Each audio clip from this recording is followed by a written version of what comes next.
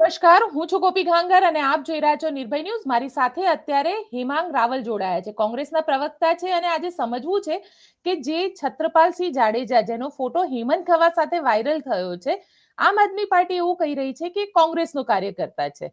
હેમાંગભાઈ, વાસ્તવિકતા શું છે?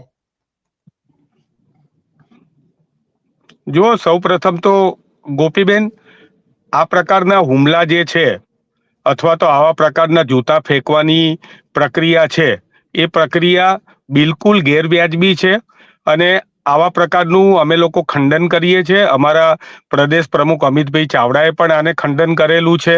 પરંતુ આ જે નીતિ રીતિ છે એ આમ આદમી પાર્ટીની છે અને મને લાગે છે કે ગુજરાતમાં જે રીતે આમ આદમી પાર્ટીનું ધીમે ધીમે વજૂદ ખલાસ થઈ જાય છે અથવા તો આમ આદમી પાર્ટી નાબૂદ થવા તરફ જઈ રહી હોય ત્યારે આવા પ્રકારના ગતકડા કરીને સમાચારોમાં ટકવા માટેનું આ એકાદ પ્રકારનું આવું ગતકડું હોઈ શકે.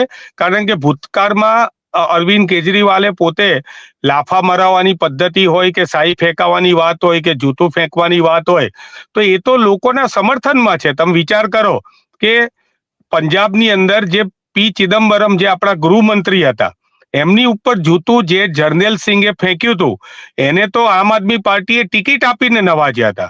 એટલે આ જૂતા ફેંકવાની જે પરંપરા છે એ આમ આદમી પાર્ટીની પરંપરા છે. અને જે વ્યક્તિ ઉપર જૂતું ફેંકાયું છે, ગોપાલભાઈ ઇટાલિયા ઉપર, એ પણ જૂતું ફેંકવા માટે પહેલા કુખ્યાત અથવા તો પ્રખ્યાત થયેલા છે. એમણે પણ ગુજરાતના મંત્રી ઉપર જૂતું ફેંકેલું છે, એ આપણે ભૂલવું ના જોઈએ. એટલે આમ આદમી પાર્ટી જે છે આ રીતે આક્ષેપબાજી કરીને એક પ્રકારનું વિક્ટિમ કાર્ડ ખેલી રહી હોય એમ લાગી રહ્યું છે. પણ સવાલ અહીંયા એ ઉભો થઈ રહ્યો છે ને કે તમે લોકો એવું કહી રહ્યા છો કે હેમંત ખવા સાથે ફોટો છે એટલે આમ આદમી પાર્ટીના જ છે, અને આમ આદમી પાર્ટી એક ફોટો રિલીઝ કર્યો જેમાં એ કોંગ્રેસનો ખેસ પહેરી અને ત્યાં આગળ કલેક્ટરને જે મેમોરેન્ડમ આપવા જાઓ છો તમે લોકો, એ પ્રકારે મેમોરેન્ડમ આપવા ગયેલા છે છત્રપાલસિંહ. અમે છત્રપાલસિંહને સહેજ પણ એવું નથી કહેતા કે કોંગ્રેસની વિચારધારા, કોઈ પણ વ્યક્તિને કોંગ્રેસની વિચારધારા સાથે અને કોંગ્રેસની જોડે રહેવાની છૂટ હોય છે. પરંતુ આ હેમંતભાઈ ખવા સાથેનો એમનો ફોટો છે એ ફોટો ખોટો નથી કે મોર્ફ કરેલો નથી. હેમંતભાઈ ખવાએ પણ મેં તમારા જેવા મીડિયાના માધ્યમથી સ્વીકાર્યું છે કે ના, મારી સાથેનો ફોટો છે. તો અત્યારે એ વાત ઉપર પણ આપણે ધ્યાન આપવું જોઈએ કે આમ આદમી પાર્ટીનો ઇતિહાસ છે આવા બધા ગતકડાઓ કરવા માટે પહેલેથી રહેલો છે. અમને સંપૂર્ણપણે જો એવું જ હોત તો પછી ગોપાલભાઈએ ફરિયાદ કરવી હતી ને.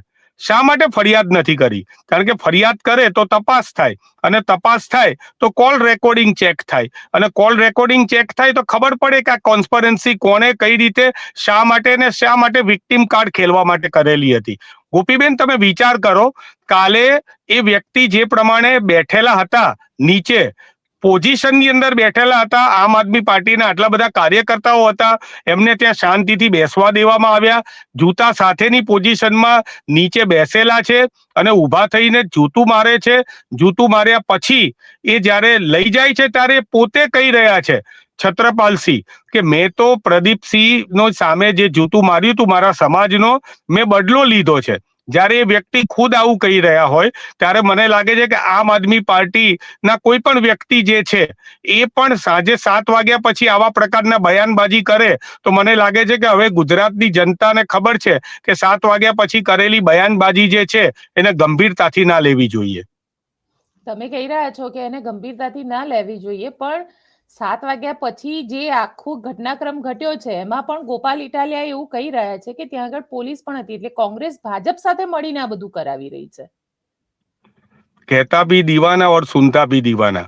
બહુ સ્પષ્ટ છે ગોપીબેન, જે પ્રમાણે કોંગ્રેસની જન આક્રોશ યાત્રા જે છે એ ઉત્તર ગુજરાતની અંદર 1100 કિલોમીટરની નીકળી અને જે પ્રચંડ જન પ્રતિસાદ મળ્યો, અને એની પહેલા આમ આદમી પાર્ટી કહેવાતું પોતાનું સૌરાષ્ટ્ર જાણે પોતાનું હોય, લખી આપેલું હોય એવું માનતી હતી. અને ત્યાં અમારી ખેડૂત આક્રોશ યાત્રા 1000 કિલોમીટરની સોમનાથથી લઈને દ્વારકાધીશના દર્શન સુધી નીકળી અને ખેડૂતોના પ્રશ્નો અમે રજૂ કર્યા. અને જે પ્રમાણે કોંગ્રેસ જનતાની અંદર, જનતાની વચ્ચે જઈને કાર્ય કરી રહી છે, એનેથી મને લાગે છે કે આમ આદમી પાર્ટીને ખ્યાલ આવી ગયો કર્યો કે હવે અમારી જોડે જમીન નથી, એટલે જમીન ના હોય એના માટે જાતે ને જાતે આવા પ્રકારના કાવતરાઓ કરતી હોય. અને આમ આદમી પાર્ટીનો ઇતિહાસ પણ આવો જ છે. ભૂતકાળમાં આવા ઘણા કાવતરાઓ એમણે કરેલા છે. એટલે મને લાગે છે કે ધારો કે દારૂની વાત કરતા હોય, દારૂબંધીની વાત કરતા હોય, અથવા તો દારૂને ભ્રષ્ટાચારની વાત કરતા હોય, ને કેજરીવાલજી પોતે જ એ ભ્રષ્ટાચારની અંદર જેલમાં જઈ આવેલા હોય. એટલે આમ આદમી પાર્ટીના દેખાડવાના દાંત અને ચાવવાના દાંત અલગ છે. હું તો એટલે સુધી કહું છું કે જે દિવસે તપાસ કર્યા વિના, હજી તો તમે વિચાર કરો કે જૂતું ફેંકાયું અને ફેંકાયાની તુરંત મિનિટોની અંદર કોંગ્રેસ ઉપર જો આરોપ કરી દેવામાં આવે, તો આજ સુધી મને લાગે છે કે એ પણ તપાસ ના કરી એમણે કે હેમંત ખવા સાથેનો ફોટો છે. મને કેટલાક લોકો પૂછતા હતા અને કેટલાક પત્રકારોના માધ્યમથી આમ આદમી પાર્ટી પૂછતી હતી કે શું તમે આના ઉપર પગલાં લેશો? તો તમે પહેલા હેમંત ખવા ઉપર પગલાં લેશો, એ પણ પ્રશ્ન આપણે આમ આદમી પાર્ટીને પૂછવો જોઈએ. ટૂંકમાં અત્યારે જે પ્રમાણે ગોપાલભાઈ, આ આમ આદમી પાર્ટીની ઇન્ટરનલ લડાઈ છે, ગોપાલભાઈ અને ચૈતરભાઈની ઇન્ટરનલ લડાઈ છે. એમના ઉપર કોણ વધારે ફેમસ થવા માંગે છે એની લડાઈ છે. આ એ જ ગોપાલભાઈ છે કે જે કાળો કોટ પહેરીને ચૈતરભાઈ માટે બહાર ઉભા હતા કે હું વકીલ છું અને મને અંદર જવા દો. અને ત્યારબાદ જ્યારે બોટાદનો કાંડ થયો, કડદાનો કાંડ જે હતો, એના વિરોધમાં આમ આદમી પાર્ટીના જે નેતાઓ હતા એ ખેડૂતોને ઉશ્કેરીને પછી પાછલા બારણેથી ભાગી ગયા. અને ભાગી ગયા પછી ખેડૂતોની સંભાળ લેવા પણ ના આવ્યા. ગોપાલભાઈ પણ સૂટ બૂટ પહેરીને ત્યાં જેવી રીતે બીજે જતા હતા એમ વકીલ બનીને આમના માટે લેવા ના આવ્યા. વિસાવદરની અંદર લોકો ઉભા થઈને એમને પ્રશ્ન પૂછે, ખેડૂતોની સભા હોય ત્યાં એમને પ્રશ્ન પૂછવામાં આવે. આ બધાથી કદાચ મને એવું લાગે છે કે એમને એવું લાગ્યું હશે કે હવે આરું આપણી આ, મને લાગે છે કે જે રીતે બડે કેજરીવાલ એટલે ત્યાં છે અને અહીંયા છોટે કેજરીવાલ, એ બંને નક્કી કર્યું કે ભાઈ હવે કંઈક એવું નાટક કરીએ કે જેથી કરીને જનતાની અંદર આપણે વિક્ટીમ બનીએ. પરંતુ ગુજરાતની જનતા બિલકુલ જાણે છે અને આવા બધા નાટકોથી કોઈ ફેર પડવાનો નથી. પણ આવતીકાલે તો કેજરીવાલ પણ આવે છે અહીંયા આગળ. અરે કેજરીવાલ આવે કે કોઈ પણ આવે, હવે કેજરીવાલને આવવાનો કોઈ અહીંયા મતલબ રહેતો નથી. કેજરીવાલને કોઈ સિરિયસલી લેતું નથી. કેજરીવાલ નથી મુખ્યમંત્રી રહ્યા, કેજરીવાલ પાસે નથી સાંસદ, નથી કેજરીવાલનું લોકોને જન સમર્થન. કેજરીવાલ જો આવતા હોય ને આટલા જલ્દીથી આવવાનું નક્કી કરી દેતા હોય અને જો આ જ કારણે આવતા હોય, તો મને લાગે છે કે આ પહેલેથી આખો પ્રી પ્લાન થયેલો હોવો જોઈએ કે ભાઈ આપણે વિક્ટીમ કાર્ડ રમવા માટે આવીએ. ફરીથી એક વખત કહું, કેજરીવાલ આવે ત્યારે ગોપીબેન આપના માધ્યમથી એમને પ્રશ્ન પૂછજો કે જૂતું ફેંકવાનો વિરોધ તો કોંગ્રેસ હંમેશા કરે જ છે. અમે તો ગાંધી, નહેરુ અને આંબેડકરના વિચારોને માનીએ છીએ. પરંતુ તમે જે વ્યક્તિએ પી ચિદમ્બરમ ઉપર જૂતું ફેંક્યું હતું, એ વ્યક્તિને તમે સાંસદની ટિકિટ આપી દીધી. જે વ્યક્તિએ એક મંત્રી ઉપર, પ્રદીપસિંહ જાડેજા ઉપર જૂતું ફેંક્યું, એને તમે અત્યારે ધારાસભ્ય બનાવી દીધો. એટલે આ તમારી પોતાની મનસા શું છે એ અહીંયા સ્પષ્ટ જણાઈ રહી છે. આ જૂતું ફેંકવાની ઘટના જે છે એ વિક્ટીમ ના છે, એનાથી વિશેષ બીજું કાંઈ નથી. કારણ કે કેજરીવાલ આવે છે, કેજરીવાલ હળદરમાં જશે, ત્યાં આગળ ખેડૂત જે જેલની અંદર બંધ હતા, જેમાંથી ઘણા બધા બેલ ઉપર છૂટી ગયા છે, એ લોકોને પણ મળશે, એમના પરિવારવાળાને પણ મળશે અને એ ખેડૂતોને પણ મળવાના છે જે ખેડૂતોએ આત્મહત્યા કરી લીધી છે પાક નુકસાનના કારણે. હવે મને લાગે છે કે બહુ મોડું થઈ ગયું છે.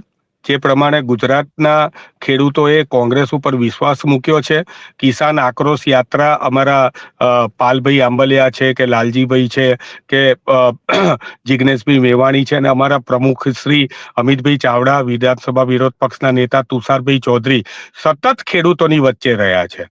અને ખેડૂતોની જે માગણીઓ જે છે, અમે જ કીધું કે ભાઈ 10,000 કરોડનું પેકેજ આપ્યું છે, પરંતુ વીઘે માત્ર 3500 રૂપિયા આપ્યા છે. આ માગ જે છે એ યોગ્ય ના કહેવાય. આના લીધે ગઈકાલે આપને ખ્યાલ છે કે અમારા સાંસદ શક્તિસિંહ ગોહિલે પણ આ પ્રશ્ન વિધાનસભાની અંદર ઉઠાવી દીધો છે. એટલે હવે ચાલતી ગાડીએ બસમાં ચડવા માટે થઈને અરવિંદ કેજરીવાલ હોય કે ઈસુદાનભાઈ હોય કે ગોપાલભાઈ હોય, એ ચડે એનેથી કોઈ ફરક નથી પડવાનો. કોંગ્રેસ પક્ષે એની માગણી મજબૂતાઈથી સડકથી લઈને સંસદ સુધી, વિધાનસભા સુધી પોતાની હાજરી પુરાઈ છે. અમારી મુખ્ય માગો જે છે, એ માગો જે છે એમાં સૌથી પહેલી, ગોપાલભાઈએ તો વચ્ચે તો વીઘા દીઠ આટલા આપી દો તો અમે આનંદ થઈશું એવી વાત કરી હતી.